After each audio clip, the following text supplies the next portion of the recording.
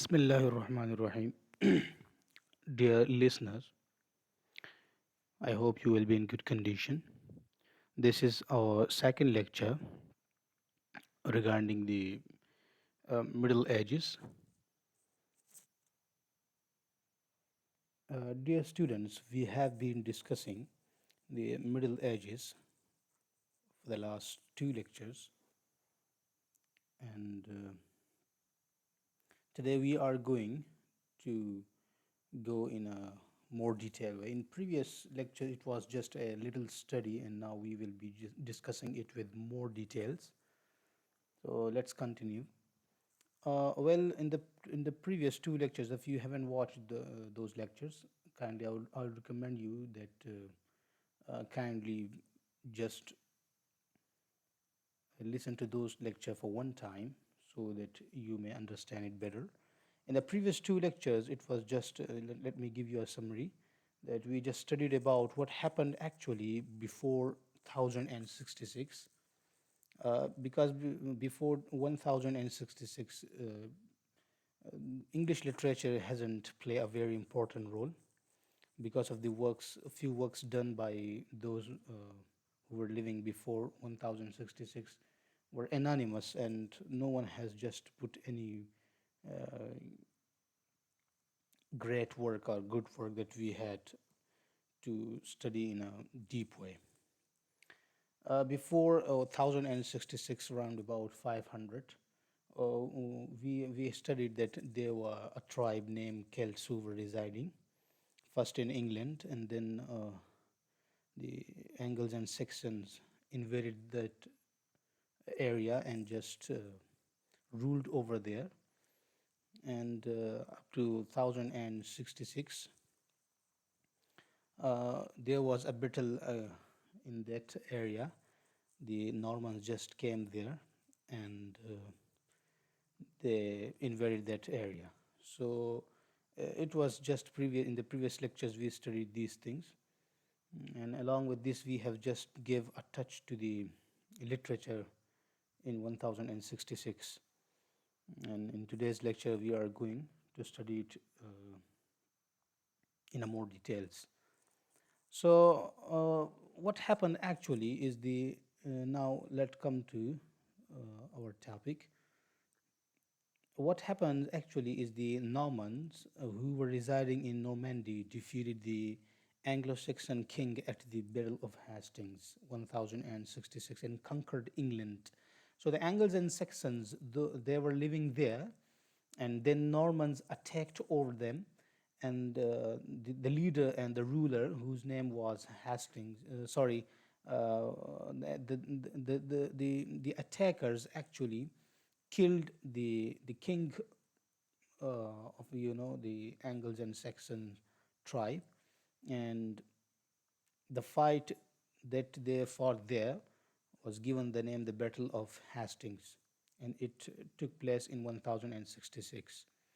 So when the Norman conquered England, what happened is the Norman conquest inaugurated a distinctly new epoch in the literary as well as political history of England.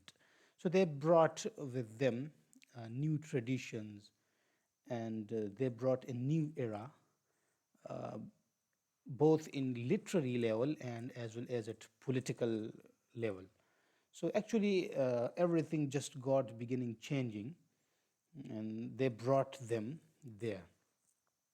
The literature afterwards, read and written by Englishmen, was thereby as completely transformed as the sentiments and tastes of English rulers.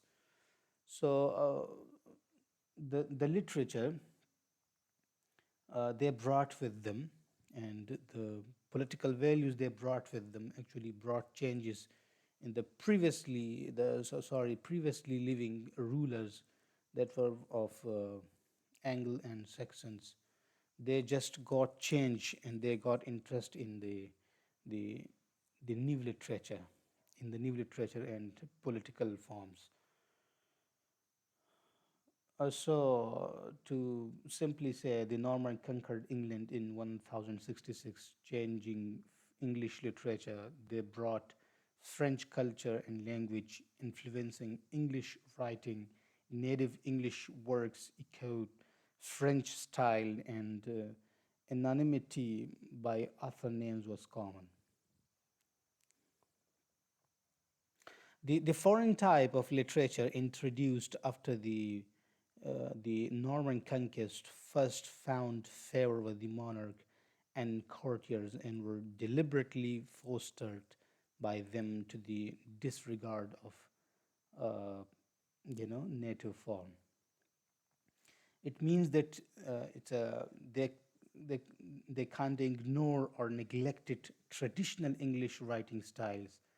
The Norman rulers promoted French literatures, pushing native English forms to the side. So, means that the foreign literature that was French became popular with the kings and nobles. They promoted it, they ignored traditional English writing. So, by here we mean by favor and found favor, we mean that approval or liking. So French literature gained approval or was liked by the monarchs and courtiers.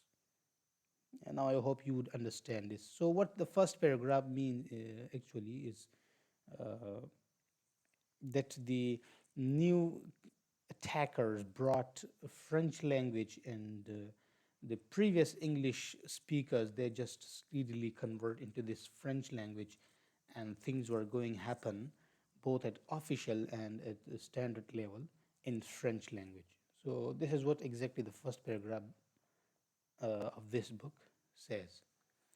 In spite of the English language having been thrown into the background, some works were composed in it, though they echoed in the main the sentiments and tastes of the French writer, as was the supreme arbiter of European literary style. Another striking characteristics of medieval literature is its general anonymity, facelessness of the many who wrote the names of, but few are recorded. And of the history of these few, we have only the most few details.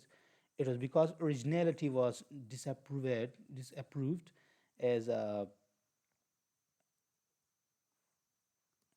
as a fault, and independence of treatment was a vict crime in their eyes. May I get corrected?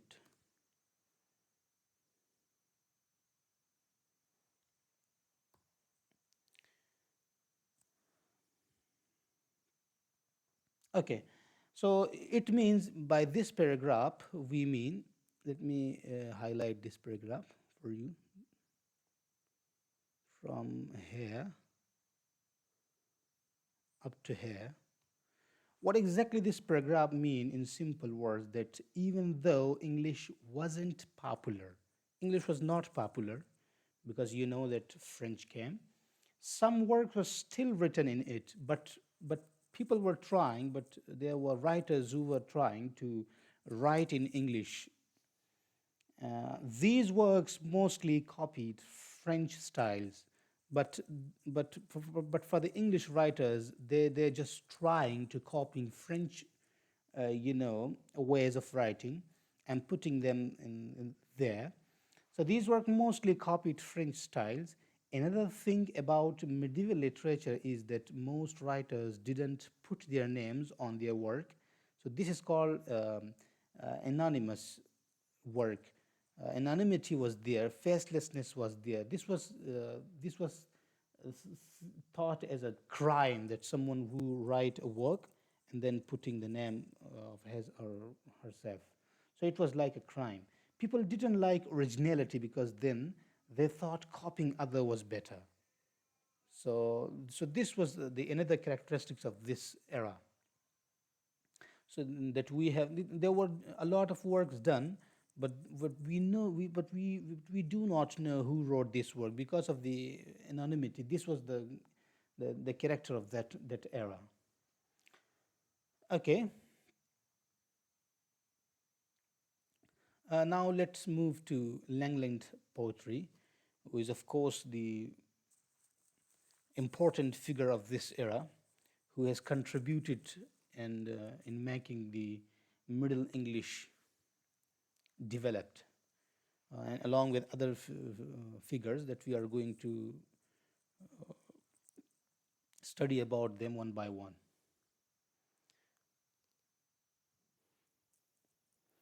Okay, let's move to another topic about this figure, William Langland. His life first, just put a glance over his life. Almost nothing. Let me this highlight it while reading it so that you may get better understanding. Almost nothing is known of Langland himself. His entire identity rests on a string of guesses and unclear hints. It seemed that he was born in the West Midlands. Langland's narrator receives his first vision while sleeping in the Malvern Hills, which suggests some level of attachment to the era. Although his date of birth is unknown, there's a strong indication that he died 1385 to 1386. It means that we don't know much about Langland, as previously I discussed that anonymousness was there, and because of the prominent figures, they just ignore writing their names over their works. So this was the main reason that most of the work has been lost and also is not put forward into the history of English literature. So we don't know much about Langland's life. He was probably born in West Midland, England. He wrote a famous poem called A Vision of Piers the Plowman, which criticized corrupt religious practices. So he was targeting this corruptness, this not good habits um, in religious matters, targeting saints and virtue men's, not virtue men's, but the men's who were, you know, bringing themselves in another dresses. By her, they were corrupt. So he just targeted those people. What happened is that he wrote a famous poem called A Vision of Piers the Plowman. And in this poem, he criticized corrupt religious practices. So Langland's poem shows he cared about moral issues and wanted people to live better lives. So what this means that he just tried to wrote for the welfare of the people. He is known for speaking up for the common people, unlike Chaucer, who wrote about the rich. So he was, you know, uh, poor people friend, and he tried to write about those people needs and write against those people who are just actually putting their power illegally over those poor people. So these were the things he was targeting in his works. Langland's poetry again is the Langland's was one of the greatest poets of Middle Ages, and his poem, A Vision of Piers the Plowman, holds an important place in English literature. This poem, which is a satire parody on the corrupt religious practices, throws light on the ethical moral problems of the day. The character assumed by Langland is that of the prophet, criticizing the sins of society and encouraging men to aspire to a higher life. Just like I discussed in the previous topic, that he just targeted people who were corrupt. They were making, you know, bad things in other dressed while showing themselves smart and innocent and virtue to the society, although they were not in reality. So this was actually the target of Langland's writings.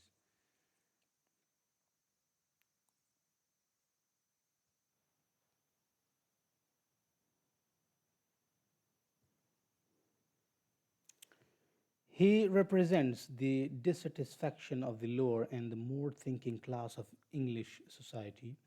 as Chaucer represents the content of the aristocracy, nobility, and the prosperous, wealthy middle class.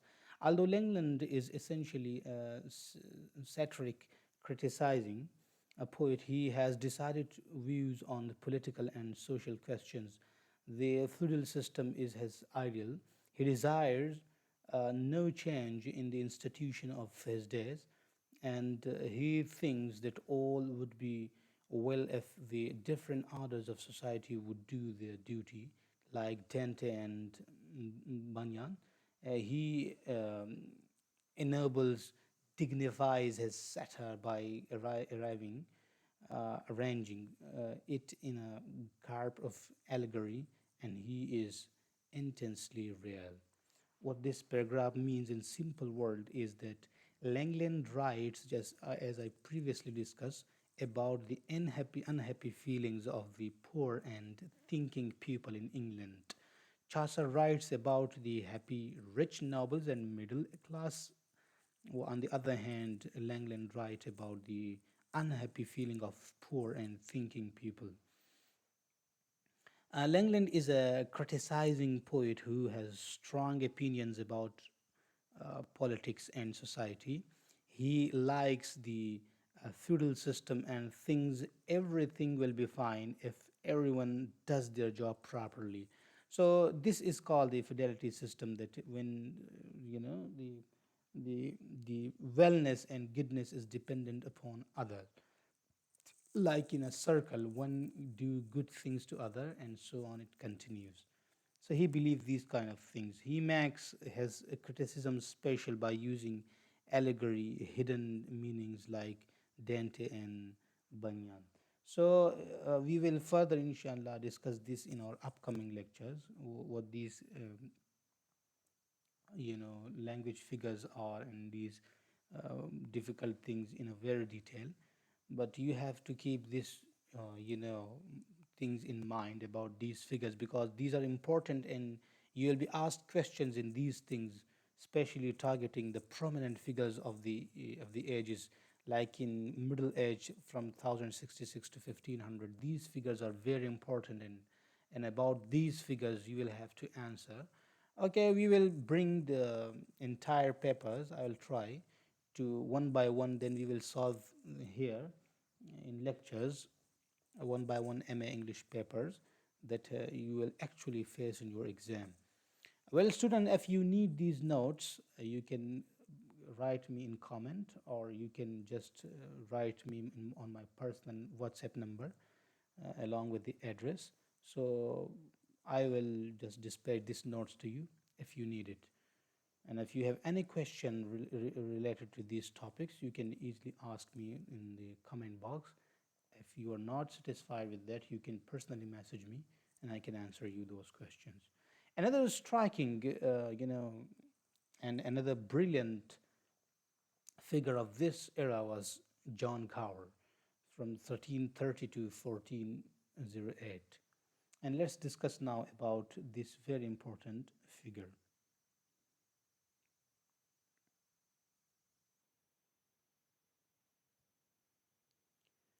Okay, John Gower occupies an important place in the development of English history poetry. Gower's verses is by turn religious, political, historical, and more, though he has been narrowly defined as moral Gower ever since Chaucer graced him with the epithet nickname. His earliest works were probably ballads in Anglo-Norman French. Gore's second major work, the Vox Clementis, was written in Latin. His third work in the Confessio Amantis, a 30,000 line poem which makes use of the structure of the Christian confession. Though Gower was inferior to Chaucer, it is sufficient that they were certainly fellow pioneers, fellow schoolmasters in the task of bringing England to literature up to their time. He literary production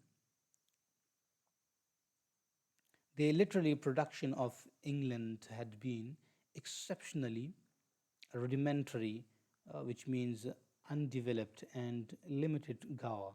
Like Chaucer, performed the function of establishing the form of English as a thoroughly equipped medium of literature. So let's discuss this difficult topic in very simple way. It means that John Gower was an English poet who lived from about 1330 to 1408. He is important because he helped develop English poetry. Uh, who Gower was? He wrote poems that talked about religion, politics, history, and morals. People called him Moral Gower because his writing focused on good behavior. So this was the name given to him, a Moral Gower, and probably Chaucer graced him with this nickname. So his nickname, the famous poet Chaucer gave him the nickname Moral Gower, meaning Gower was seen as a teacher of moral lessons because he was trying to target morals and good behaviors.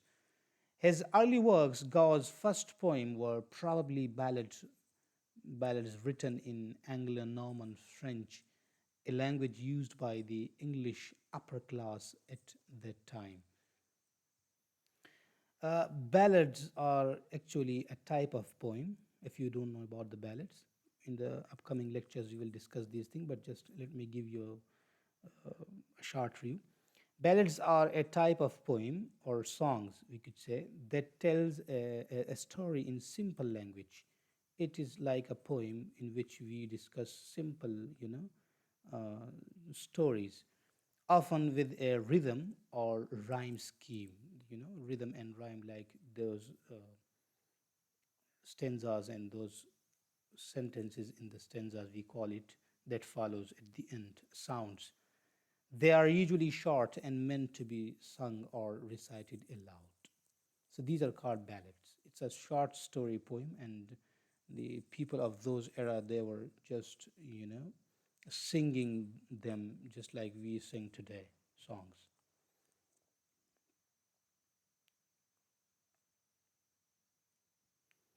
Okay, let's continue about the Gower.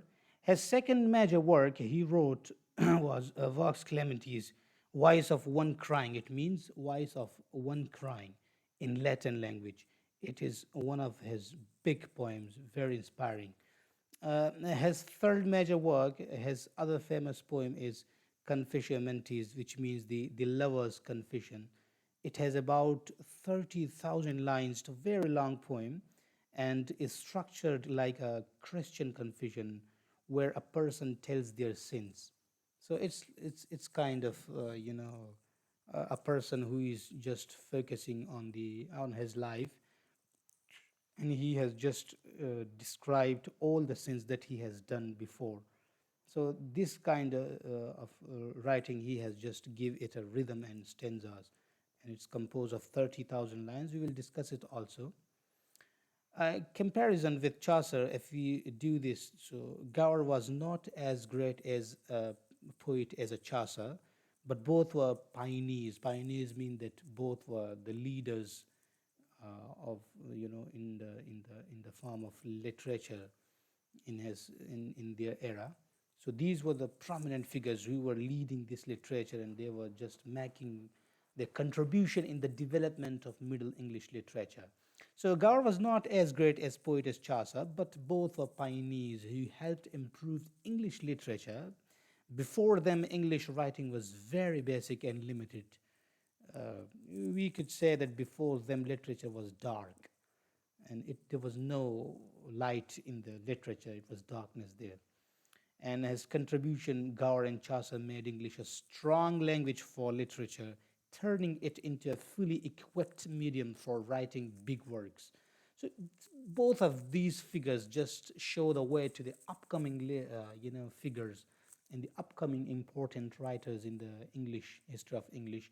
They just got inspired, a lot of work by these two written, and just continue their writings, and then adding new things to, because of these two figures. In short, we can say that Gower was a medieval English poet who wrote moral poems in French, Latin, and English. And he helped make English a proper literary language, even though he is considered less talented than Chaucer.